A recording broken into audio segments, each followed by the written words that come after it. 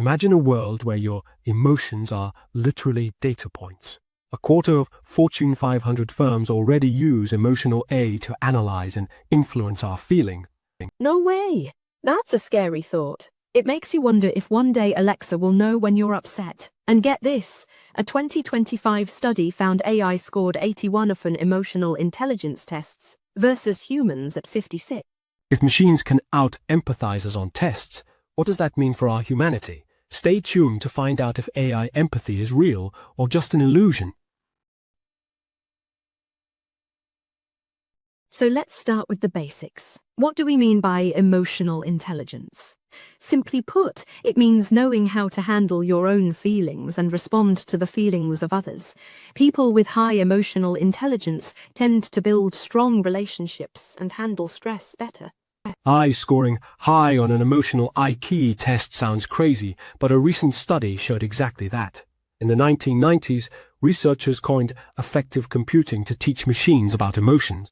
Today, I can analyze your tone of voice or facial expressions with accuracy that matches humans. Some apps even suggest coping strategies when they sense you're upset. My cousin once said a smart assistant seemed to know she was sad and even asked if she wanted to talk about it. She half-jokingly told it to stop eavesdropping. She was spooked by how natural it felt. So I can recognize your cues, but that's just half the story. Does an algorithm truly care, or is it simply simulating empathy? So far, we've learned AI can interpret mood cues and even solve emotional puzzles, sometimes better than humans. That's impressive, but is it truly empathy? Next, we look at how AI reads emotions. What does it really understand? Don't miss Chapter 2. Zoe, how does AI actually know what we're feeling? Can it really tell if we're sad or just joking?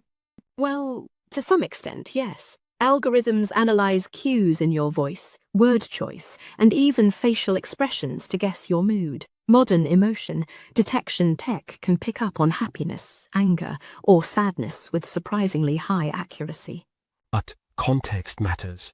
I once joked about dying of boredom, and the AI responded as if I was depressed, completely missing the joke. Once I even told it a sarcastic comment, and it gave me a sympathy response.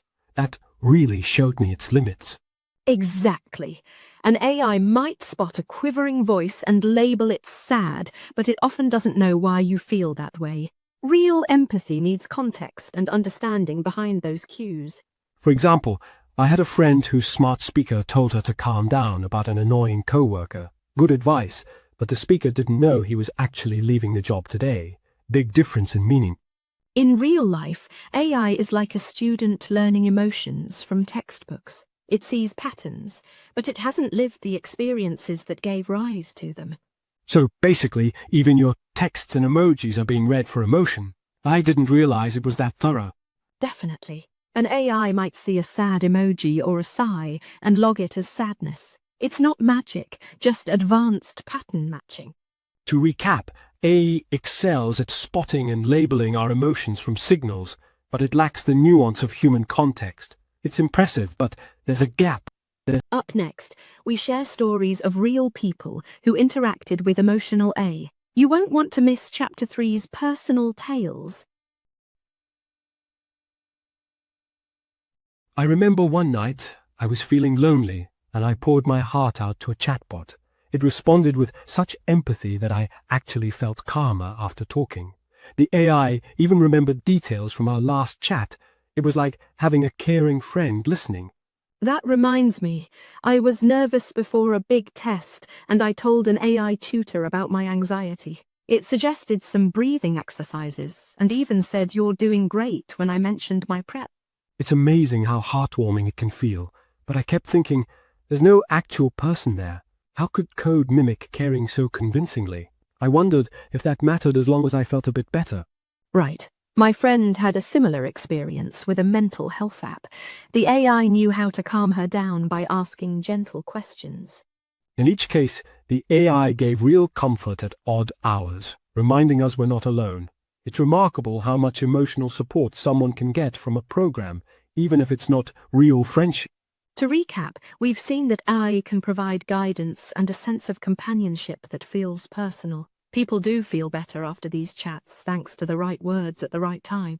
It's comforting yet a bit bittersweet knowing the empathy was pre-programmed. It leaves you wondering about authenticity in your comfort. In Chapter 4, we tackled the tough questions and risks of emotional AI. Can a computer ever truly share our feelings, or is there always an empathy gap? But remember, AI doesn't actually feel anything. It simulates understanding based on data patterns, not genuine emotion. It might recognize a smile in an image, but it won't feel the warmth or sadness behind it. Exactly. It has no real consciousness or personal experience. Only the patterns it's learned. It's like looking in a mirror that smiles back but has no soul. This gap opens the door to misuse. By 2019, about a quarter of Fortune 500 companies were using emotional AI to influence consumers. They're literally turning our emotions into data points. Think about that. Facial expressions, voice tone, even our body language become inputs for profit. That raises big privacy and ethical questions. Advertising already tries emotional profiling to sell products. It's like Netflix tweaking movie clips to hit you in the feels, or shopping apps learning exactly what nudges you to buy. And when companies peek into our emotions for profit, that's a big ethical red flag. It makes you wonder, who's really in control? Us or them? To recap, emotional AI can misinterpret or even exploit our feelings. It learns from human data, so biases can creep in. Imagine a job candidate whose quiet demeanor is misread by an AI recruiter. Suddenly, someone's genuine feeling could cost them an opportunity.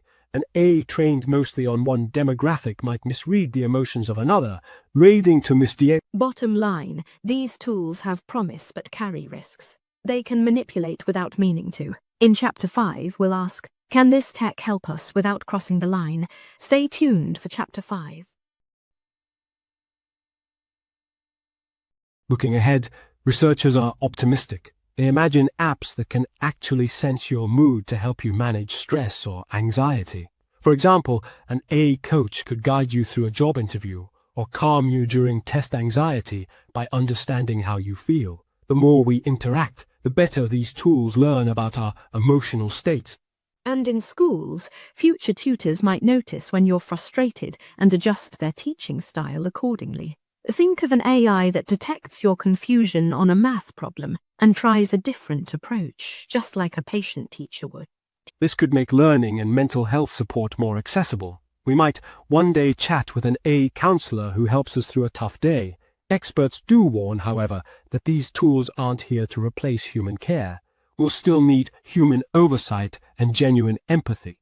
In the end, emotionally aware AI could become powerful partners in education, therapy, and everyday life, if we guide them wisely. With care and ethics, they might help us learn, heal, and connect better than ever. By the way, some researchers are talking about emotional privacy laws. Imagine having to give consent before an AI reads your face. Emotional privacy sounds bizarre, but maybe we do need rules to protect our feelings. It's an idea to watch out for. Either way, human empathy remains irreplaceable. Machines can mimic understanding, but only we truly feel the joy or pain behind our emotions. We've covered a lot. Now we want to hear from you. Have you ever felt understood by an AI, or perhaps misjudged? Share your story in the comments. It's up to us to decide. Will emotional AI be our friend or something else? Our choices now will shape the future. Absolutely. We each have a role in guiding these tools ethically. Let's work together to make this future positive.